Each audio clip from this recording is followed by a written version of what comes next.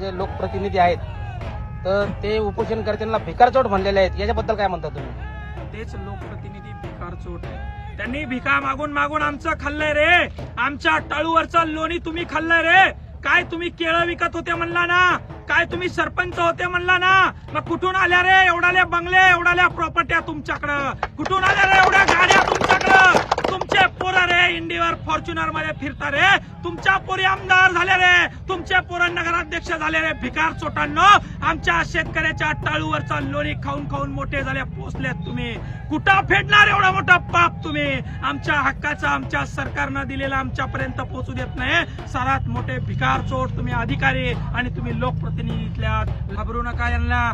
लोकशाही आहे, घाबरण्यासाठीच का छत्रपती शिवाजी महाराजांनी हे राज्य उभं केलं रे? आपल्या मावळ्यांनी रक्त सांडलं यांना घाबरण्यासाठी. या वाळगुंडांना, हे वाळू काढणारे, हे रात्री दारू विकणारे, हे अवैध धंदे करणारे, हे आपल्या आई बहिणीवर वाईट नजर टाकणारे वाळगुंड, यांना तुम्ही घाबरतात का? छत्रपती शिवाजी महाराजांनी काय शिकवलं? डॉक्टर बाबासाहेब आंबेडकरांनी काय शिकवलं? अरे उभे राहा, मैदानात या, लोकशाहीची ही तलवार बाहेर काढून गावागावात इलेक्शनला उभं राहा. मी सांगतोय, पंचायत समितीला उभं राहा, जिल्हा परिषदला उभं राहा. यांची बोकांडी पाय देऊन निवडून या आणि आपले काम आपण स्वतः करा. वारंवार सांगतोय, या भेकडांना घाबरू नका. यांना वजन लागत असेल, अर्जावर यांना पैसा लागत असेल तर नारायणराव, विकासराव, इथून पुढचं आपलं उद्याचं आंदोलन ठेवा. हे सगळे शेतकरी तरुण पोरं सोबत घ्या, नागडं व्हा, हातामध्ये भिकारी व्हा, हातामध्ये भगुने घ्या. मध्ये या अधिकाऱ्यांना भीक मागून या अधिकाऱ्यांना पैसे द्या. यांना अतिरिक्तचे पैसे जर काही मागत असेल तर शेतकऱ्यांना जाग्यावर तिथं नागडं व्हा आणि त्याचा लाईव्ह करा. पूर्ण महाराष्ट्राला, त्याच्या पाहुण्या रावळ्याला बघू द्या, त्याच्या बायकोला बघू द्या, त्याच्या लेकराला बघू द्या की तू जो तो सकाळी खातोय, तुझ्या गाडीत एसीत फिरतोय, तुझ्या बंगल्यात राहतोय, तो आमच्या गोर गरीब कष्टकऱ्यांनी इमानदारीने इमान इतबाऱ्याने कमावलेला तो पैसा आहे आणि आम्ही तुझ्या बापाला भीक देतो आणि तुझ्या लेकराला पोचतोय, तुझं शिक्षण करतोय. हे आंदोलन छेडल्याशिवाय आता पर्याय नाही. ही भ्रष्टाचाराची साखळी आता पोखरल्या गेली आहे.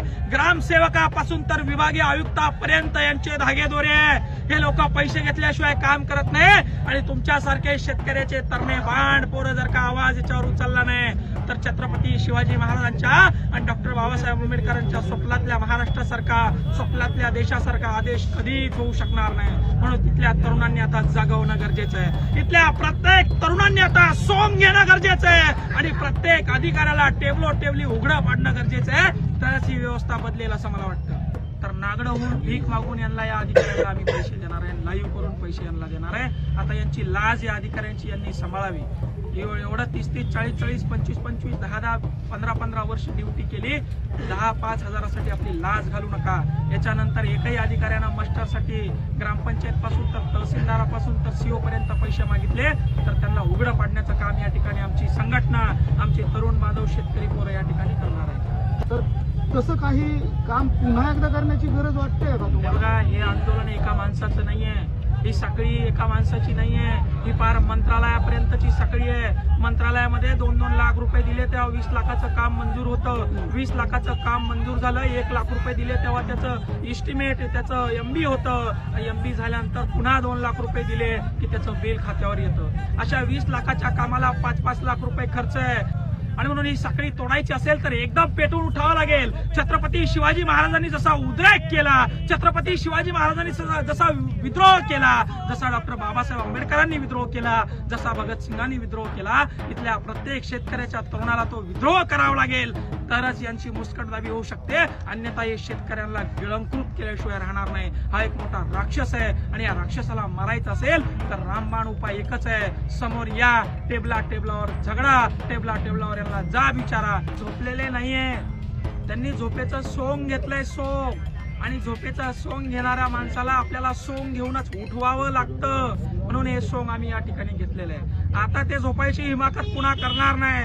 आता जर का त्यांनी झोपाची हिमाकत केली तर त्यांच्या वरिष्ठांच्या, अधिकाऱ्यांच्या बंगल्यामध्ये, घरांमध्ये हे सोंग आम्ही घेऊन जाणार आहोत. इथल्या माजी खासदारांनी हे कार्य केलं असेल, हे कार्य करत असताना एखाद्या समाजावर अन्याय झाला असेल म्हणून त्यांचा टांगापट्टी घोडे फरार या नगर परिषदला मला वाटतं या जनतेने केलेला तेच कारण आहे. हे केलेलं असताना ही हार लोकसभेची हार, ही विधान परिषदेची हार झाली असताना हा बाबा काय म्हणतो ऐकलं का तुम्ही?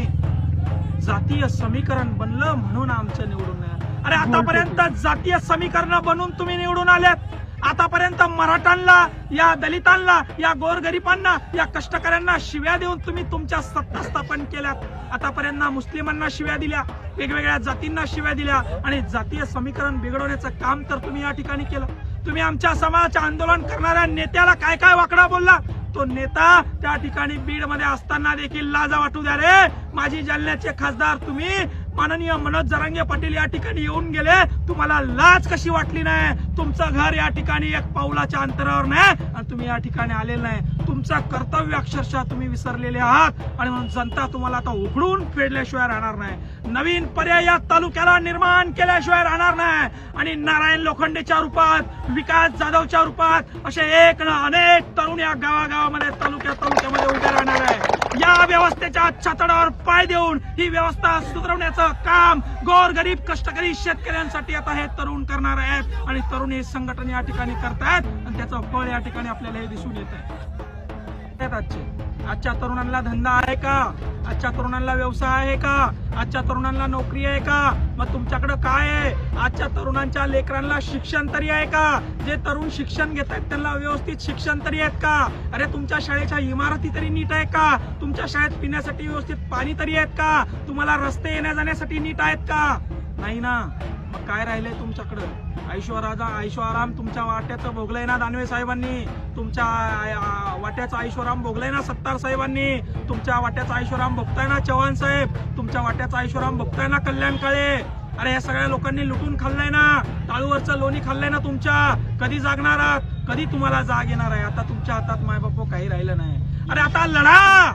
नागडं व्हायला घाबरताय काय? तुम्हाला नागडं केलं यांनी. तुम्ही मन्न झालात. तुम्ही मानसिकतेमध्ये झगडतायत. अरे यांना झगडा, बाहेर या आणि या रणांगणात उडी घ्या, उभा राहा आणि यांना उत्तर द्या. याशिवाय आता तुमच्याकडे पर्याय राहिलेला नाही. नाहीतर तुमची देखील अवस्था त्या बांगलादेश सारखी, त्या नेपाळ सारखी, त्या श्रीलंकेसारखी, त्या म्यानमार सारखी झाल्याशिवाय राहणार नाही. ही गोष्ट या तरुणांनी, महाराष्ट्रातील शेतकऱ्याच्या पोरांनी लक्षात घ्या.